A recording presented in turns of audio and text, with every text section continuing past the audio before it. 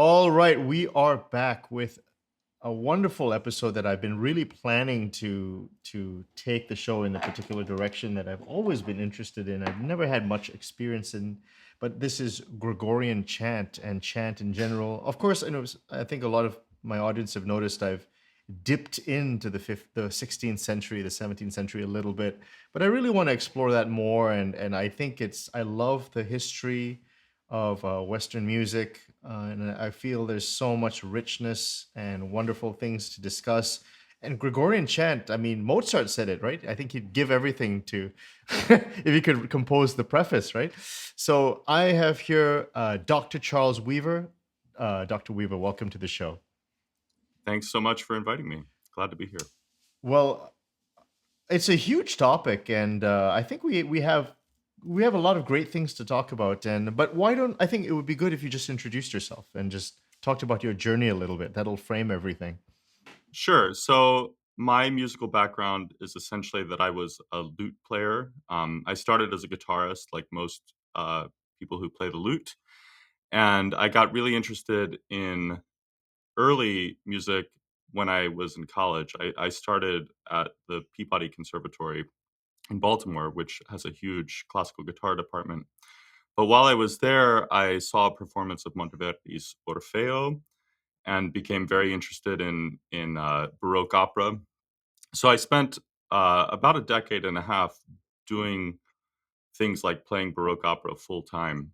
And in 2014, I started teaching lute at the Juilliard School. And our program there is very much based around continual playing and accompaniment.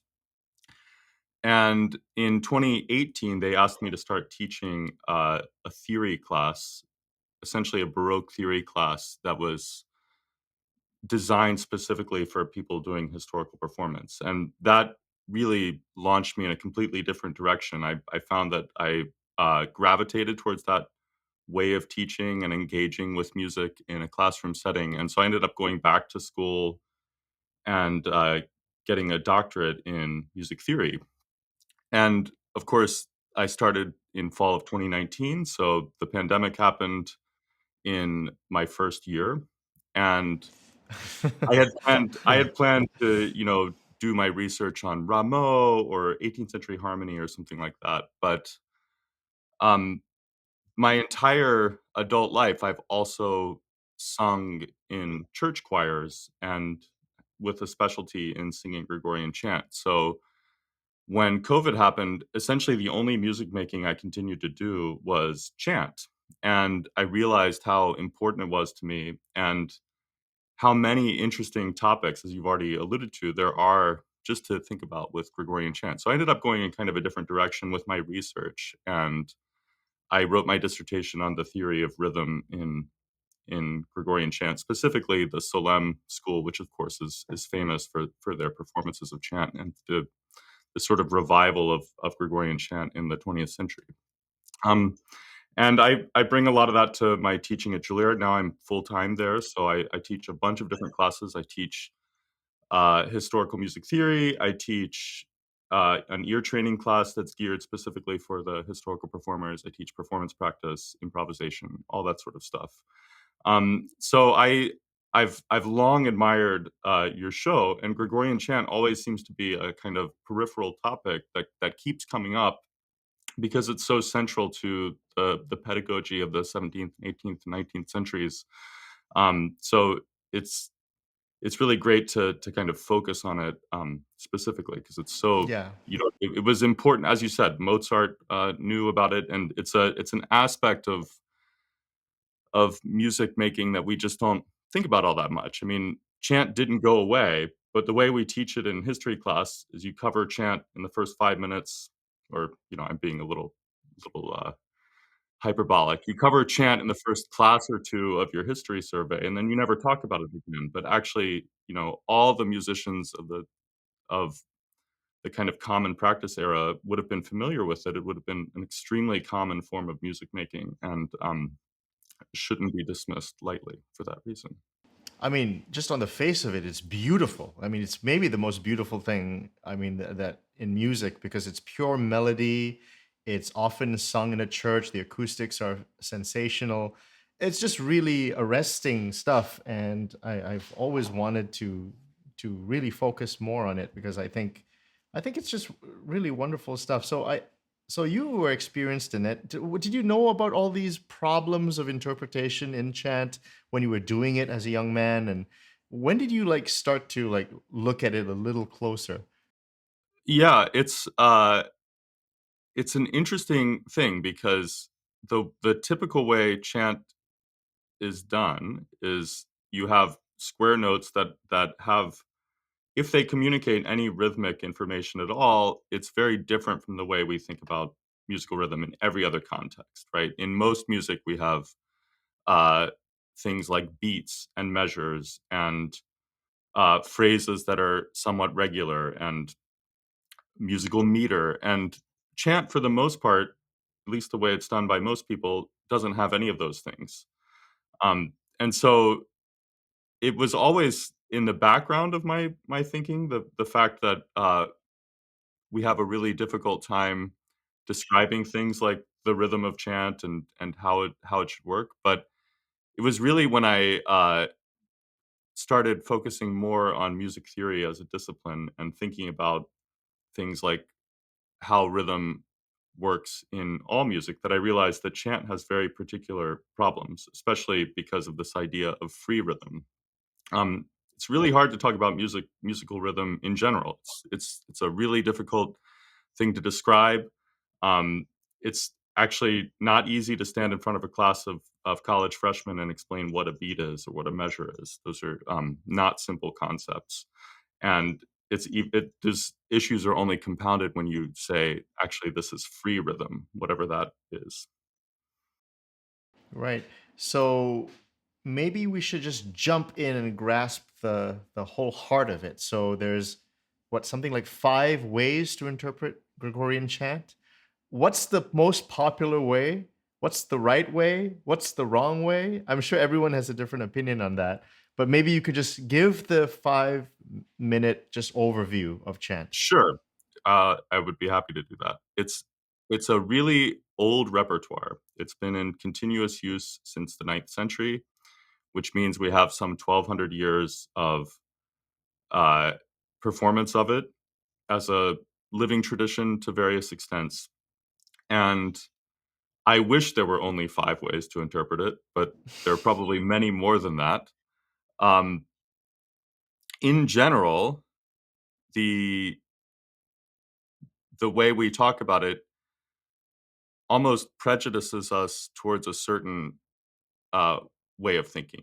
I'm thinking in particular of we use the word plain chant to describe um, Gregorian chant, and that word plain in that context actually means no rhythmic differentiation at all. So you have a bunch of notes, they're drawn as squares, and they're sung with more or less rhythmic equalism.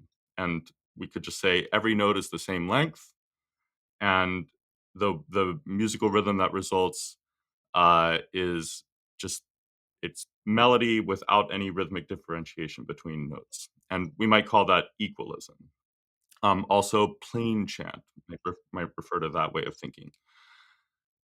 However, if you look at the earliest sources, the earliest neumes that we have, which are some of the first musical notations in the Western world, and which are also the sort of the basis of all subsequent notation that we use, you can see a great variety of uh, neume signs and symbols, which seem to mean some kind of rhythmic differentiation.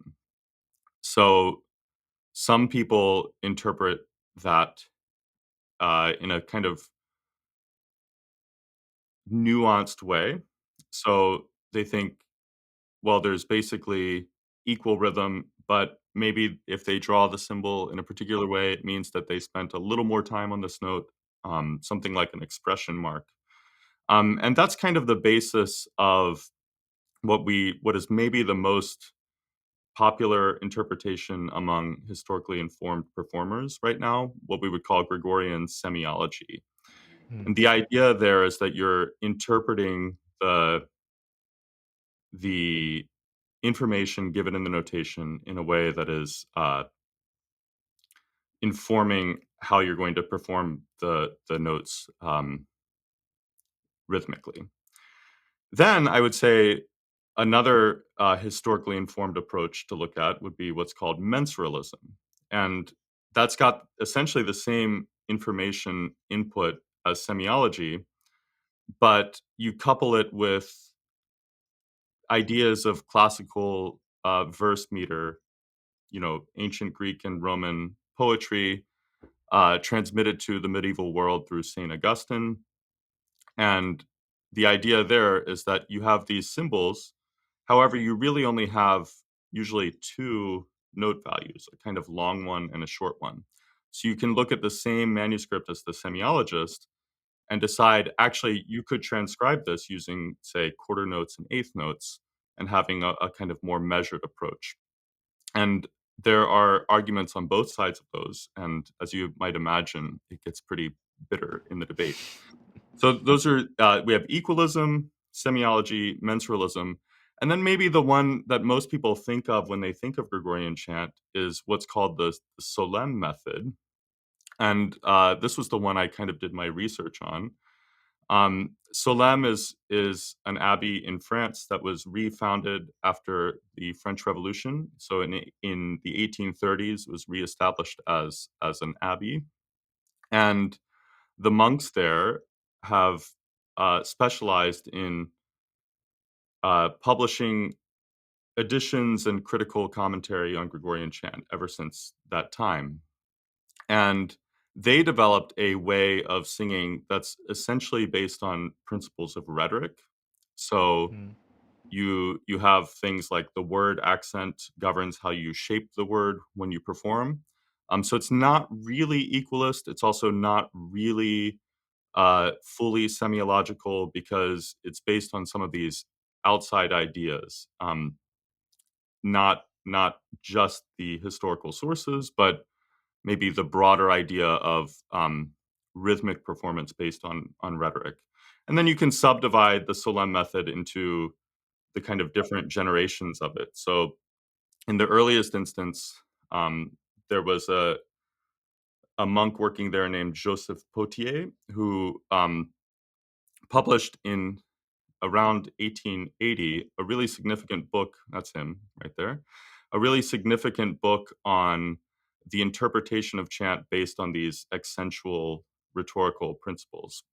Essentially, the word accent is the thing that governs how you approach small units of musical time in chant. And then as you get to larger phrases, you have things like emphasis and accent within a sentence, forming this kind of beautiful dynamic rhetorical structure. And Was then he the guy? Sorry, mhm. Dr. Weaver. Was he the guy who had some kind of contest and smoked everyone? I mean, there was like some. I don't know if that's a thing, but like they had a. Why don't you sing your way? You sing your way. We'll judge who's better. And like one guy was really convincing. uh, there have been many such things over the years. I can't think of the particular one that you're thinking of there, but I mean, you could imagine in the context of 19th century France, if the way chant was typically performed before the advent of the Solesmes method, it was very heavy, very slow, Mm. and there are kind of two ways of looking at that. You can say you would sing the chant very heavily and slowly, and it would be accompanied by an instrument like the serpent or the ophicleida. The pitch was quite low in general, and it was often the basis for all these wonderful improvisatory practices like falsa bordone and this sort of thing. So to if you imagine that is the sort of backdrop on which Solem enters, all of a sudden you have this very beautifully nuanced and shaped way of performing the melodies that respects the words, and it must have been quite revelatory in a way because Mm. you're essentially doubling the tempo um, Mm. of the music, and all of a sudden all other all these other sort of aspects of the melody would pop out at you, and you'd realize, oh, this is actually this very beautiful um, cantillation, which it's really hard to even discern that kind of melody. If you imagine, this kind of heavy brass accompanied dirge-like approach, Yeah. which so Solem just it was quite eye-opening for people and sort of became quite worldwide as a result. But then what's interesting is that Pothier left Solem, and his successor as choir master at the monastery was this guy, André Mocquereau, who was the subject of my own research. And Mocquereau, if you're familiar with the Liber Usualis, it's probably the most widespread chant edition in the world. It has this way of interpreting the rhythm where you divide the music into sort of beats and groups of 2 and 3 notes, and you have all these rules for how to shape things. Essentially, it's like a rationalization of the Solem method. Um, a lot of the monks in general at Solem have not been musicians, right? Most people Hmm. enter people enter the monastery for all manner of reasons, but usually it's not because they are interested in Gregorian chant. That's something that sort of comes upon them later after their religious interests and spiritual lives and all that sort of stuff. Mocquereau, before he entered, was actually basically a professional level cellist working in France. And so he comes into the abbey, becomes the choir master, and sees this idea of rhetorical rhythm and says, well, we need to figure out how that actually works and establish some rules for it. So you might call that kind of the new Solem method or the classic Solem method. So those are the 5 ways. There's pure equalism, plain chant, um, with all manner of nuance that one might or might not add to it, but essentially taking a kind of agnostic approach to rhythm on the one hand. Number 2 would be semiology, which is kind of you look at the earliest manuscripts and interpret according to the differentiation in neum shapes. Number 3 would be mensuralism, where you do the same thing, but you essentially make long and short values of proportional duration to each other. 4 would be this kind of free rhetorical approach, and 5 would be the Solem method of Mocquereau, which is the one you might encounter, if you listen to classic recordings of Gregorian chant, say. But really, I mean, it's such a huge repertoire that I'm sure there are many, many other ways to describe it. But what's the most popular way? Not necessarily the best, but the most popular way. I would say that the Solem method, at least in the English-speaking world, is still pretty widespread. If you go into a parish church where people are singing chant, in North America or in Great Britain, you're quite likely to encounter this way of singing. Old or Among new? The old way or the new the way? the newer one. The Makaro. Newer Okay. Yeah, and so that's essentially, you've got square notes, but you also have these dots and dashes and things that tell you which notes are longer than others. Um, and so I would say that's probably the most frequently encountered approach in the English-speaking world. It's different in other places.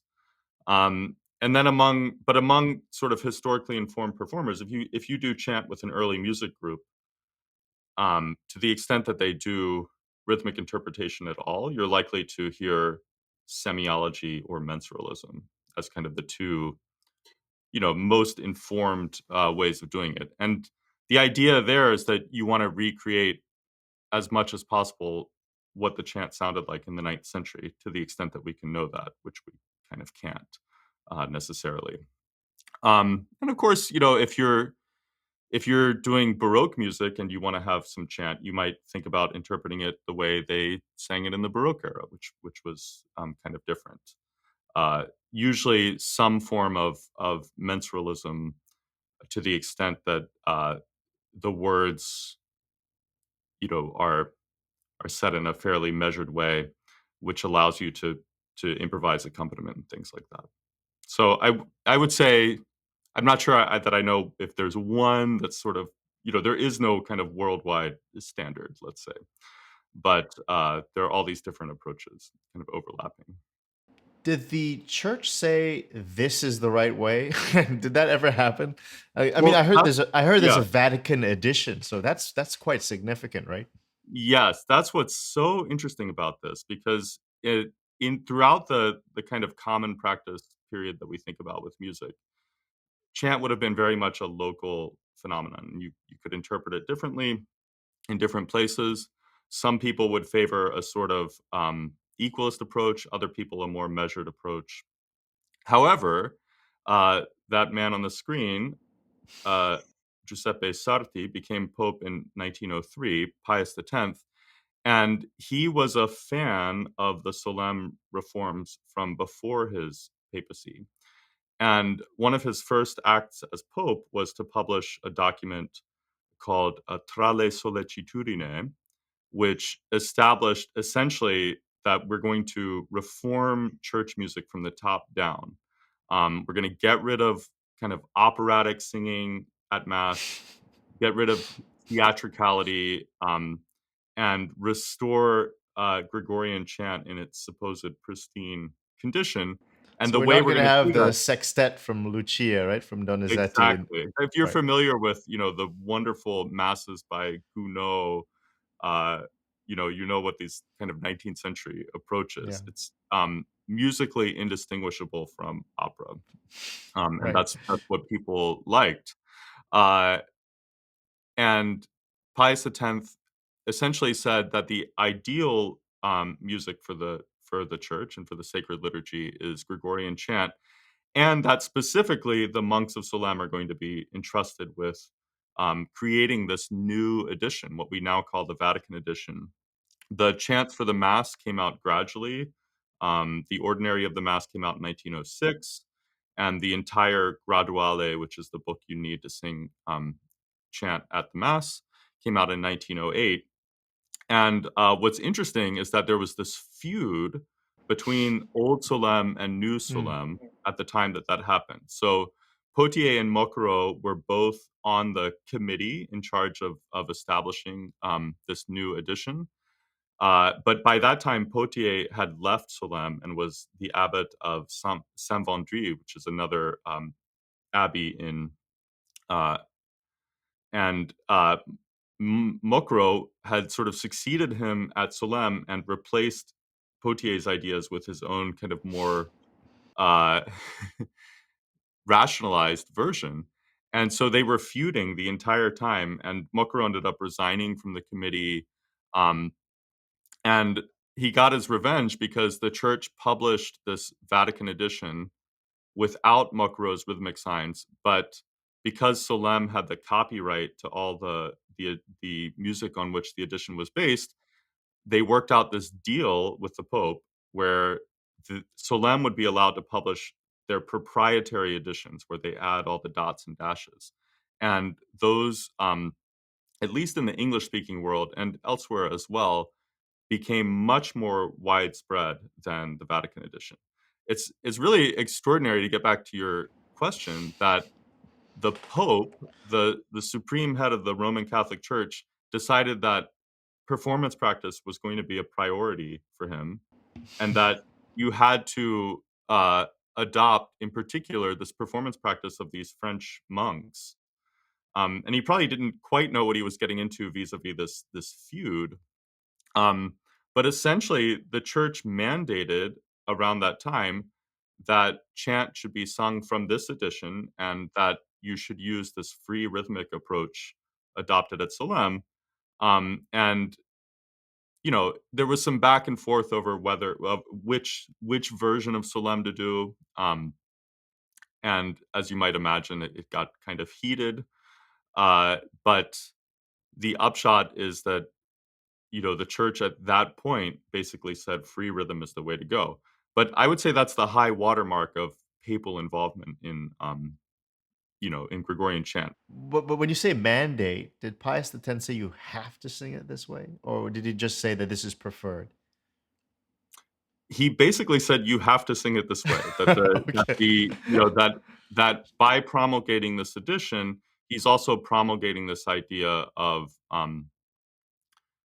free rhythm. And in particular, in Germany, there were these, very cherished mensuralist ways of singing, and essentially those were cracked down upon by the Pope, and through working through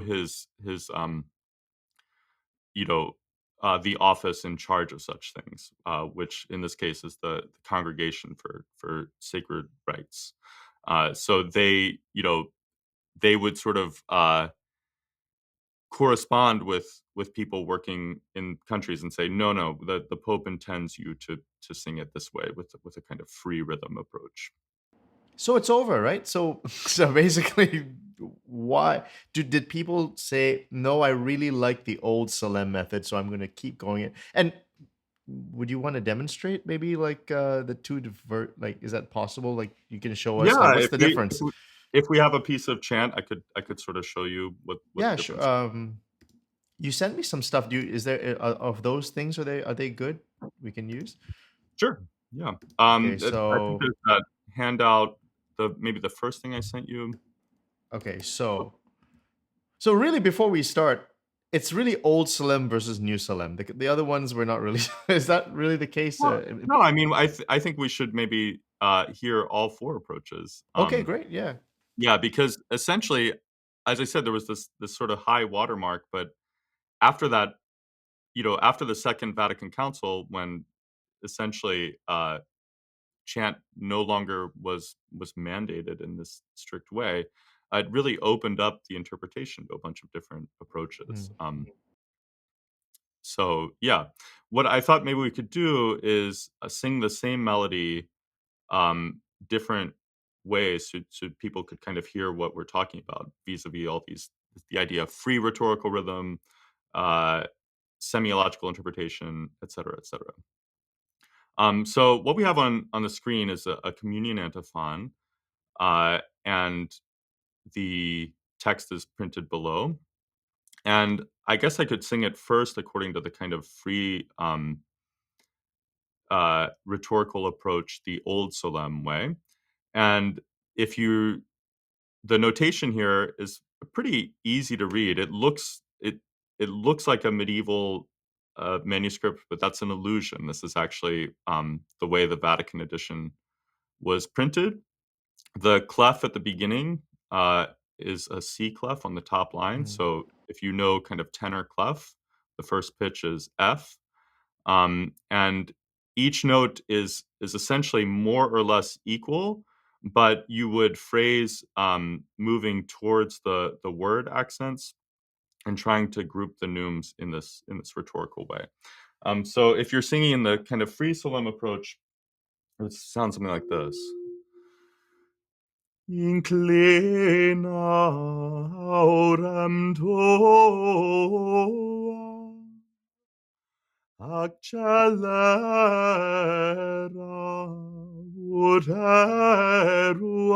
uteruas nos. And the idea there is that you are That separating was the word. nice. Oh, thank you. Very Yeah. nice. So again, You which can one? see, Free yeah. Salem. Free Mhm. Salem is the old one, or is that the new one? Yeah, that's the old one. That's the old one. That was good. That was really. Well, the thing Why- is that they're all good. Yeah. The chant being this, that melody is essentially at least 1,200 years old, and it can be subjected to pretty much any way of singing it, and Oh, this is going to be an impossible debate then. if everything is good, then we're in trouble. So, okay, but anyway, keep going on. Sure. So if the idea is that you're separating each word, and it just with a little bit of time. So spacing after words, larger spacing after groups of words and phrases and things like that. So that's the old Solem approach based on free rhetoric. If you scroll down to the second section, you can see the kind of newer Solem approach. That would be, I think, like 2.4, 2.5. Oh, okay. Let me find it. So 2.4. Is that There it? you go. Okay. Yep. So here's the same chant. And you can see, if you were to compare the notations, that there are all these little things added. So it's essentially the same clef, same staff, the same square notes. However, if you look over the third syllable of the first word, inclina, there's a little dash over that num in the space. And what that tells you is that in this case, Mocquereau, the editor of the Solesmes method, has looked at the old manuscripts and determined that that num should be sung a little more slowly. Um, and he adds dots at the ends of phrases. And then he also, the third symbol we see on there is the vertical line. If you look at the word Yes. accelera, Oh. essentially, yeah, on that syllable le, the vertical lines tell you that those are the Oh. beginning of what he considers to be beat groups. And Okay. so, you could actually count this according to his method, and if and the the symbols there on accelera tell you that that syllable on le should be counted 1, 2, 1, 2, 1, 2. It's sort of grouped into 3 groups of 2. Whereas the Pothier version was much more free than that. Essentially, the important, syllable for Pothier is the accelera because che gets the accent, and the le should sort of follow after and maybe have a bit of a retard on it, but he doesn't subdivide the group in quite the same way. Whereas Mocquereau says, no, no, you're going to count that 1, 2, 1, 2, 1, 2, and it's going to be easier to keep your choir together as a result. So maybe I could sing it according to the Solesmes method now. And the kind of other aspect of it is that you have these groups. You would actually count. Um, if I were count singing from the beginning, following Mocquereau's rules, it would count like this: 2, 1, 2, 3, 1, 2, 1, 2, 3, 1, 2, 1, 2, 1, 2, 1, 2. 1, 2, 1, 2, 1, 2, 1, 2, 1, 2, 3, 1, 2, 1, 2, 3, 1, 2, 1, 2, 1, 2, 1, 2, 1, 2. Which sounds, by comparison to Pothier, somewhat rigid because now we've added beats. However, it can result in a rather lovely musical performance because it makes it easy to conduct and easy to kind of teach your singers the rules. And then within that, you can kind of lay on this expressive way of singing. So this would sound something like this. Inclina orem tua accelera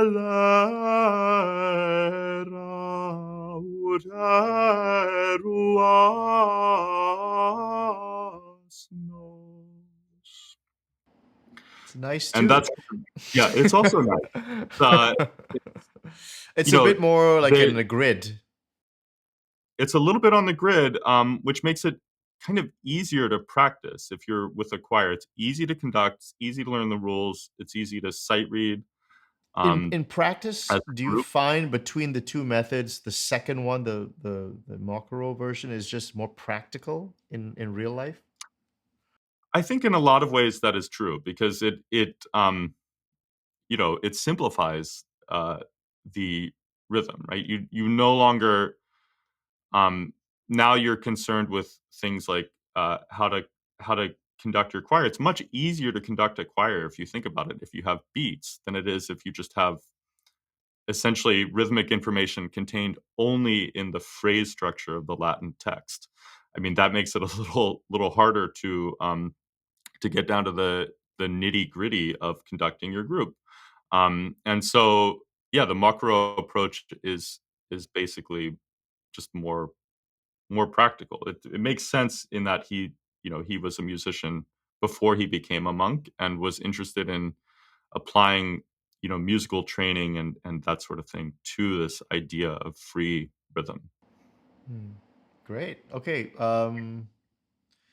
It's hard to say which is better, huh? But I would say, just from what you've just said, just in the practical order, the second way is probably more useful in sense of getting a choir up and going and rehearsing. I mean, a big thing you've talked about is sight reading, right? So do you do much rehearsal anyway, or do you just like take the Well, sheet it and it go for it depends with a on group? what group I'm with. With the group I conduct on Sunday mornings, these are men that have been singing the chant basically their entire adult lives. So we actually don't rehearse the chant. We usually rehearse the polyphonic music that's going to go along with it, um, because we've all been around the kind of annual liturgical cycle so many times. Most of us have a lot of the chants memorized, and Mm, we're just using the music as a kind of way to refresh our memory about it. Because it's a big repertoire, but it's also it comes around every year. It's a little bit like the way we all know the same Christmas songs that we yeah. hear every year. It's just that instead of being like that for Christmas, it's like that for every Sunday. And so you open up the book and you say, "Okay, this is this Sunday. I know how this goes." Doesn't require a whole lot of advanced preparation. So what are the chief arguments that the other side give passionately, and what are the main points essentially? Yeah, well, I mean, the Mocquereau method is easily criticizable because it's not based on anything historical. There's not a single musical medieval author who says all chant comes in these beats of two, Mm, and you have to count it this way, and uh, it's essentially ahistorical. And if you want to be quite brutally honest about it, it's a 19th century approach to music making. mm, The idea of creating phrases using rhythmic nuance and rhythmic expression and accelerando and um, retardando mm, and dynamics, and having the dynamics and the rhythmic kind of impetus reinforce each other. If you think about it, that's of course a 19th century French cellist would come up with such a way of singing chant because um, we're all creatures of our time and our prior musical formation. So he's a romantic musician, and so he sings chant in this romantic way. However, from a kind of modern, historically informed point of view, um, he's not basing that on any medieval information. He's basing it on his own musical intuition. He's interacting with medieval music in a way that's um, essentially romantic, and it creates a beautiful product. I love this way of chanting, and I'm quite fond of it, but it is essentially the opposite of historically informed performance. It's imposing this outside 19th century idea. So I believe some of your guests in the past have often criticized the Solem method because of this very reason, and especially if you're thinking about it from the point of view of 18th century music, or if you're interested in the solfeggio tradition of Baraguanith or mm, something like that. yeah. From that point of view, the Solem method it's essentially quashing what was a kind of lovely living tradition of improvisation and chant performance and all that sort of stuff. Mm, Um, chant is an extremely,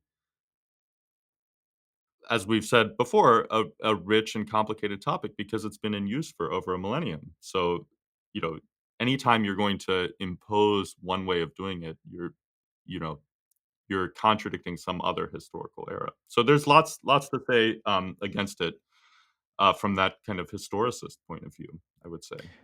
why did Saint Pius X, why did he like it so much? Did he articulate his reason? I mean, obviously it's in that encyclical, but did he say like particularly the method? I know he endorsed the method in the encyclical, or what was it? That Yeah, official publication, it's but a motu proprio, which is like right. one notch down from an encyclical. Did he ever, in private letters or in conversation with people, say, "I like this method, and here's why"?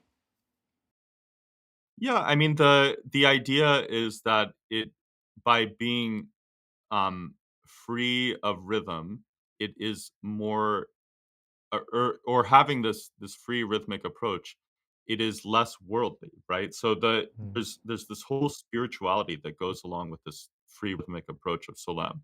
Um, the the you could set up this contrast, if you will, between measured music, which is mechanistic, which is something that could be measured with a metronome, and you could Mm. imagine this kind of anti-modern approach, in a way, idealizing this idea of free rhythm, which may or may not have ever existed prior to its advent at Salem in the 19th But didn't century.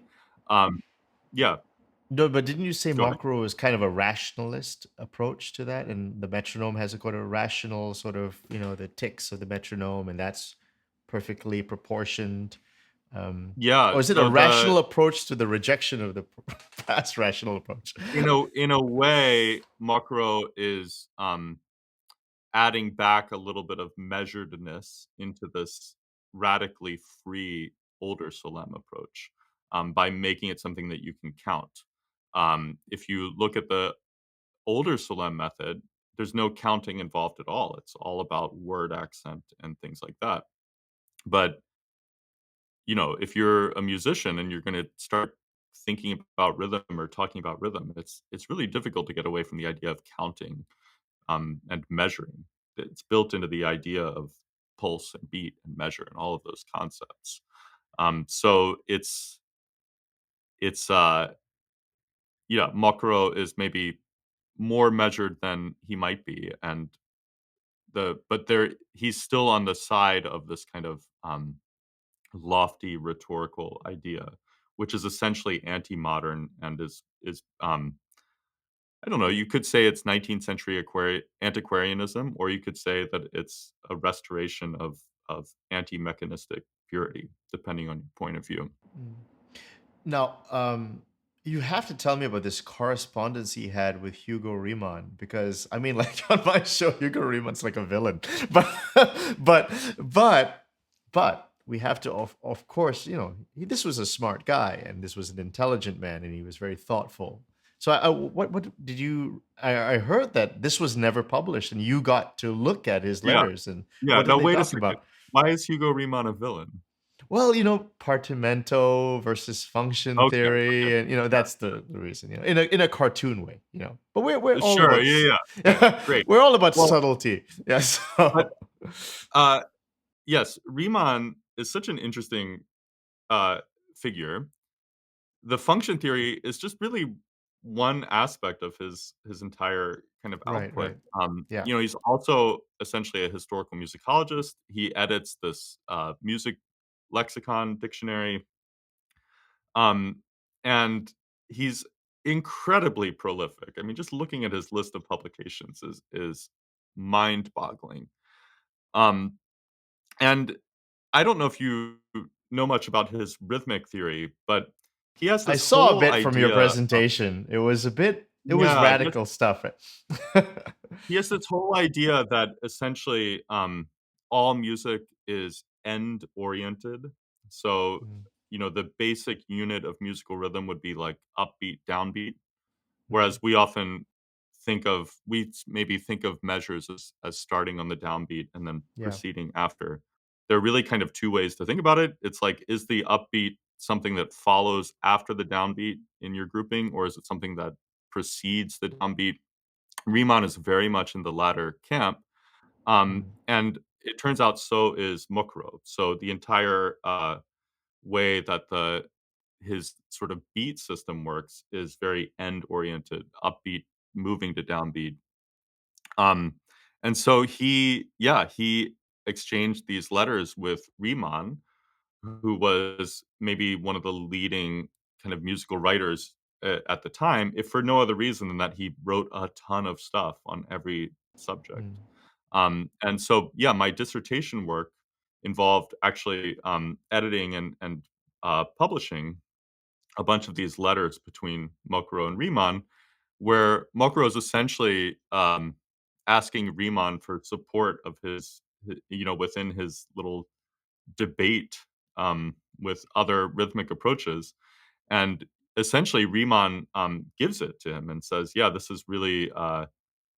you know, an interesting way to think about music. So, so the very back of that dissertation is the Oh, yeah. letters between Mocquereau and Riemann. Can you so what happened in the end? Did they agree? Did they what how many letters were there? There so there are 21, and we have, 21 from Riemann to Mocquereau. Some of them are only little postcards and things.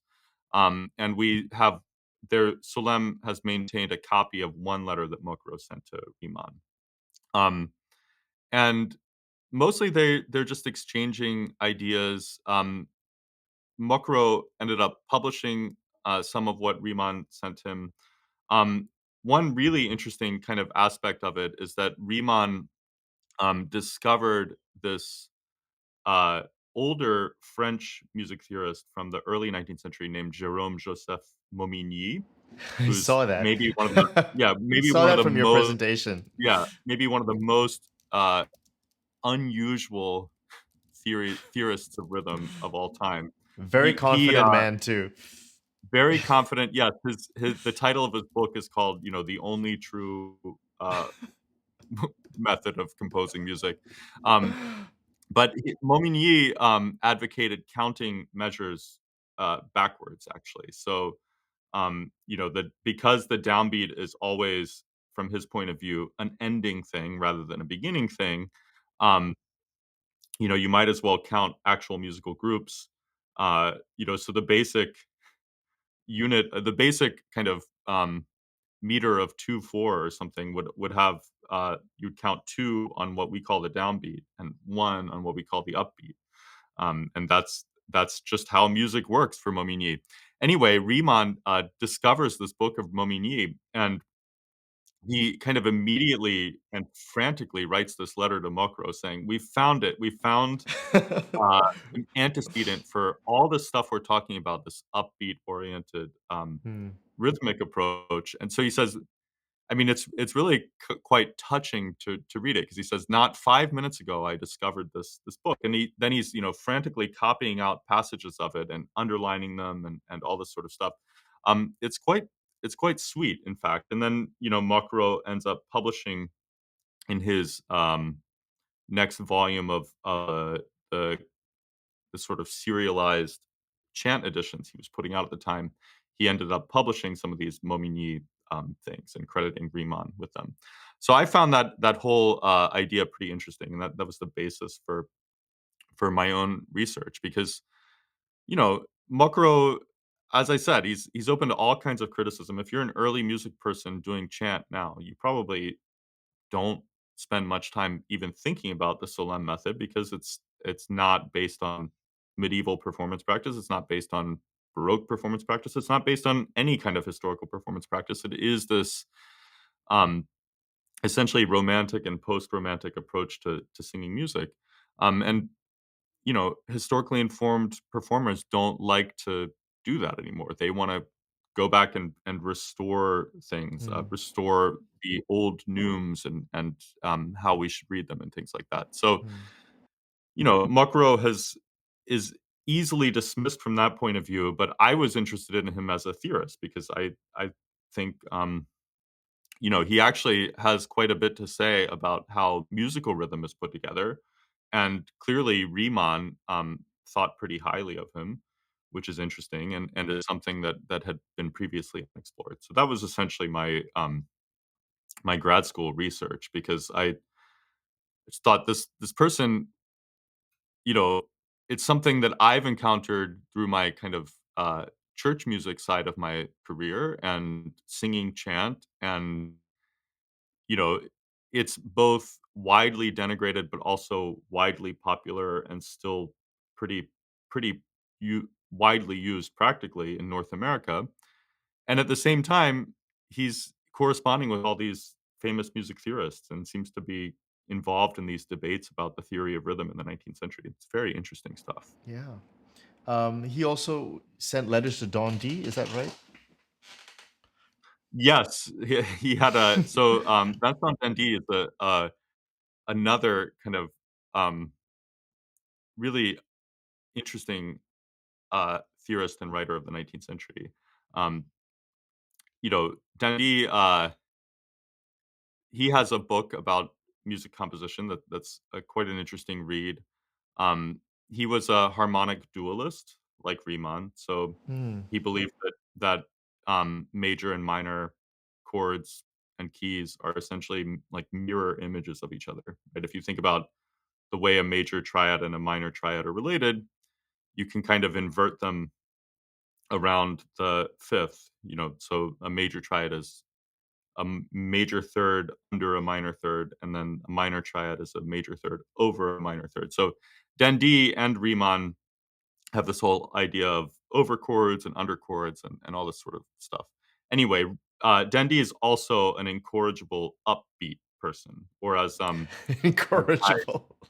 yeah, as my wonderful thesis advisor, William Rothstein would label him an upbeatnik, because he's sort of oriented in this kind of upbeat, moving to downbeat way. Yeah. And so he also corresponded with Mocquereau. However, as as a matter of the kind of internal church music politics, Dendi was also strongly on the old Solem side. Oh.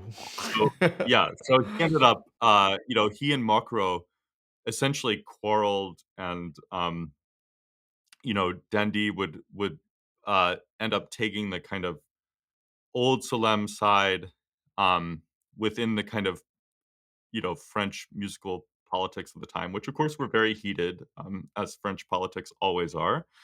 Yeah. And so it's interesting. Dendi outlived Mocquereau, not by very long. Mocquereau died in 1930, and Dendi published, or didn't publish, but he sent a letter to um, Mocquereau's successor as choir master of Salem, which I thought was quite touching, because he essentially said, "Yeah, we disagreed about a lot of things, but he always Mocquereau always had this supreme goal of obtaining truth and the like." So it's kind of interesting correspondence between those two. Okay, let's say you dismiss the new method and now I'm using the old stuff. Yeah, I'm really, but I can just imagine that even if you did that, there would be other people who say, all right, if you're going to do that, you're not good enough. You have to be even more ancient and even more authentic. And where, like, who is the most Earlier than authentic? earlier than thou, Yeah, earlier than thou, which right? method is the most, authentic? So the there's not widespread agreement about this, Yeah. but if you go back to that colloquium handout, you can kind of see this semiology idea, um, and this at least is the current viewpoint on kind of what what research can tell us about performance, right?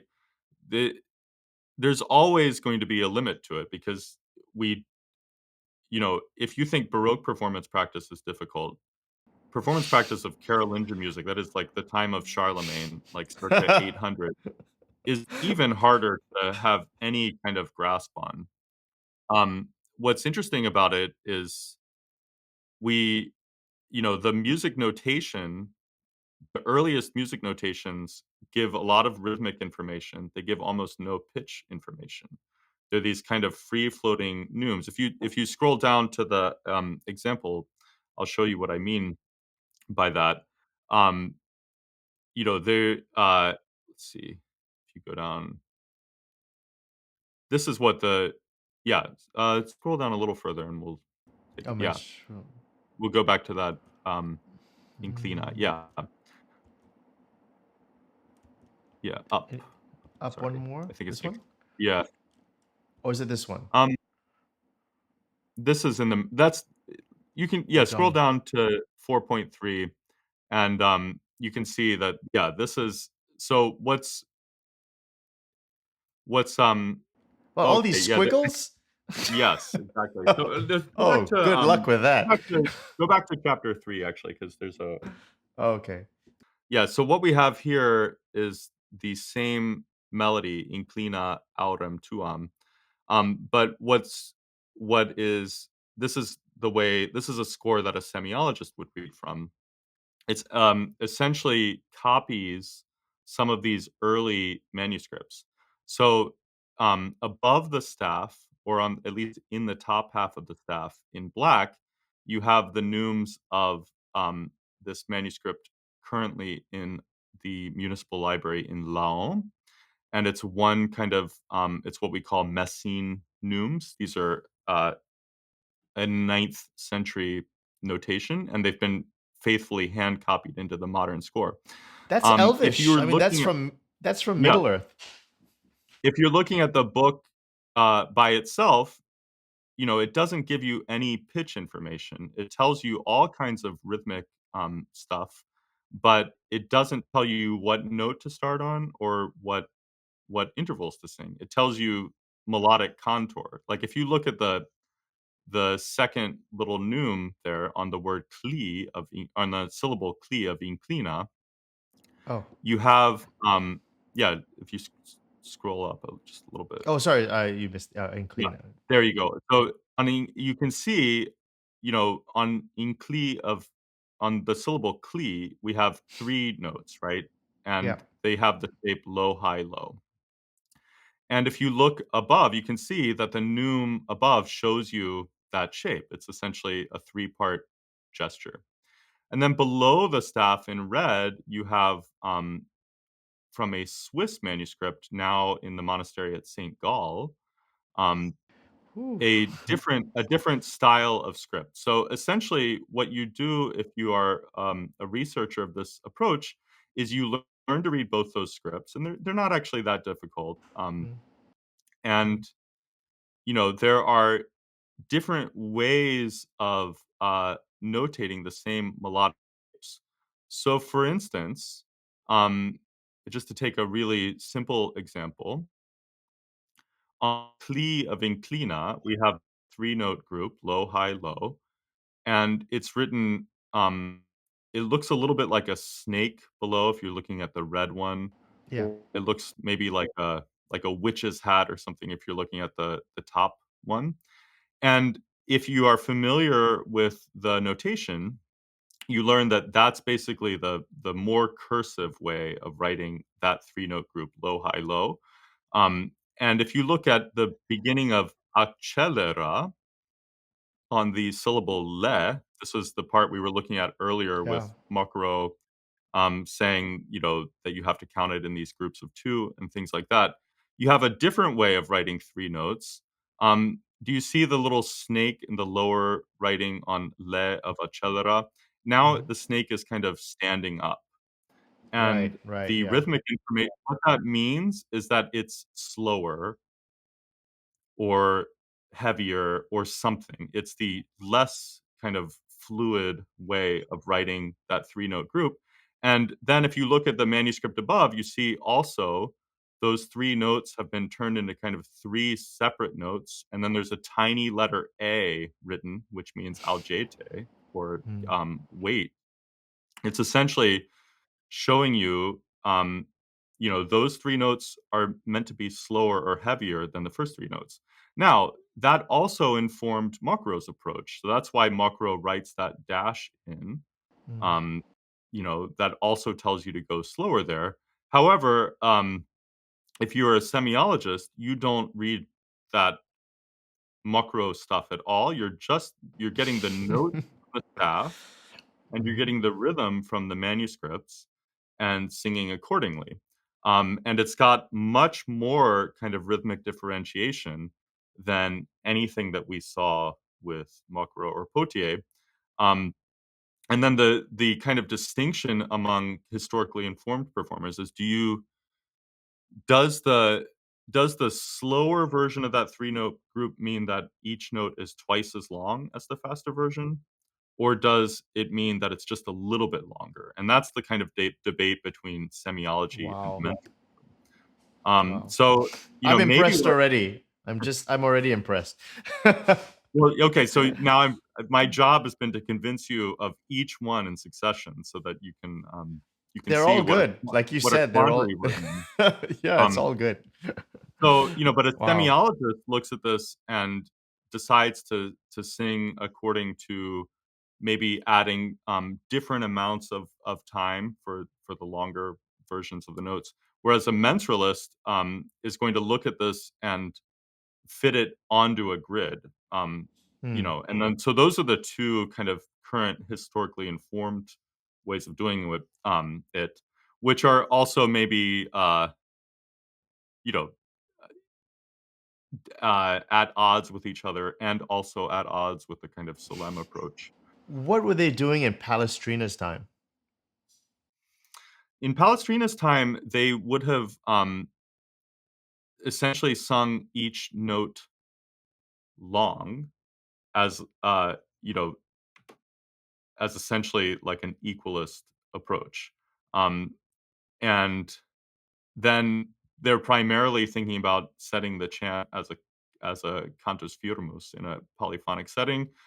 It would have been accompanied and quite heavy, and the chant editions were themselves quite different. So you might if you were doing this in the 16th century, and let's say it's accompanied, like that, it might be like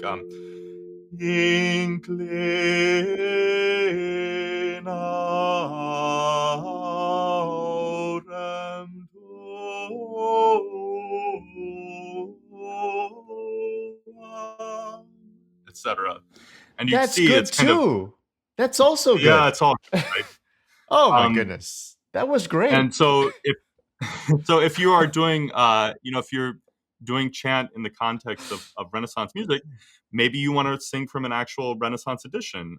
Palestrina was commissioned by Pope Gregory the 13th in the 1570s to edit a new edition of Gregorian chant that was going to be the kind of standard. He never actually finished it, but it was what we now call the Medicean edition.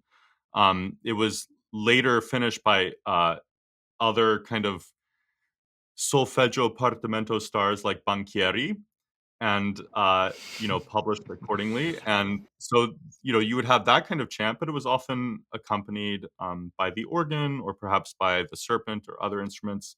It was Wait, the so basis wait, you for said the improv. serpent. I'm not getting that. What Oh is the yeah, serpent? That's not a snake, right? it's not a snake.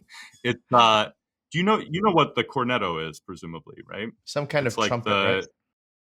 yeah, it's a trumpet like it's got a trumpet like mouthpiece, but Hmm. it's a wooden instrument with holes like a recorder. And Okay. it's a rather beautiful, it sounds quite human and fragile. Anyway, the serpent is the kind of alto or tenor of the family. Yeah, there you go. Oh, this So thing. it's Yeah. yeah, Oh and wow. you can see why they call it a serpent, right? So I don't even it believe that's really a just real instrument, but yeah, there and it is. so it's got essentially a brass mouthpiece. Yep. But the instrument itself is made of wood wrapped in leather, and so it's actually quite soft and gentle, and maybe softer than a bassoon, softer than a tuba for sure, but still kind of providing this low support. And so this would have been the instrument par excellence for accompanying chant. Um, in many places in the 18th and 19th century, and it's just sort of you do the chant as you might say for cooking, low and slow. So you sing the chant, and it's all accompanied kind of at the unison with the serpent. Um, there are serpent treatises that talk about how to do this. The serpent could occasionally harmonize. The serpent could do divisions and diminutions. It's a really kind of interesting subfield, which I don't know a ton about, This is my but first time hearing about it. I've never seen this in yeah. my life.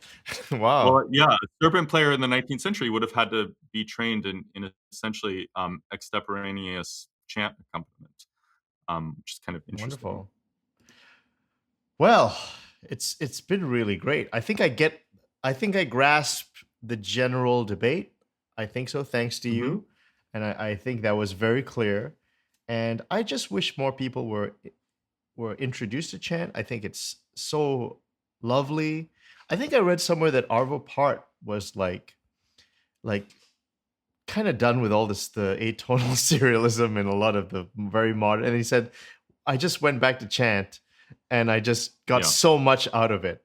And I think that a lot of people will feel the same way. It's so calming. It's so.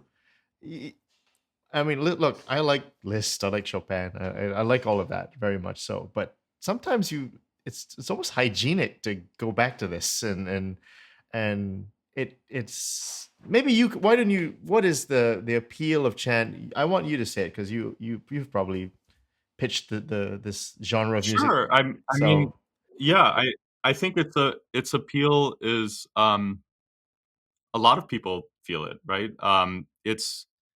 It is a kind of quintessentially spiritual music, right? You hear monks chanting or nuns chanting, and it's true in other religious traditions as well, of course. But in the kind of Western Catholic tradition, you hear monks chanting, and you're instantly, transported into this kind of numinous realm.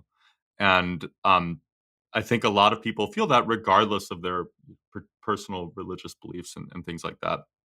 I just thinking as what I do in my day job is essentially teaching, uh, you know, theory to historically informed performers, and to me, it's almost like the missing link with a lot of the partimento solfeggio stuff. The kind of liturgical background for that was that these Neapolitan choir boys sang chant all the time. It was a part of their daily musical diet, and um, so I like to use it a lot in my pedagogy. Uh, Teaching essentially, we have a kind of our own ear training curriculum for the historically informed performers at Juilliard, and we do chant, and we learn how to solmize it with 6-note solfege. Here you see, this is what a more Baroque chant edition would look like. You could see the typeface is rather different from what we were looking at before. Um, but these are kind of more beautiful. This is the edition of the gradual that Palestrina was supposed to do and never really got around to, but it mm, eventually got published in 1614.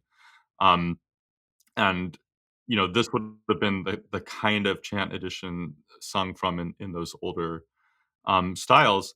And so I think it's really important to um, use with my students because it was such a typical feature of the daily life. It's tied up with things like the modes and the hexachords.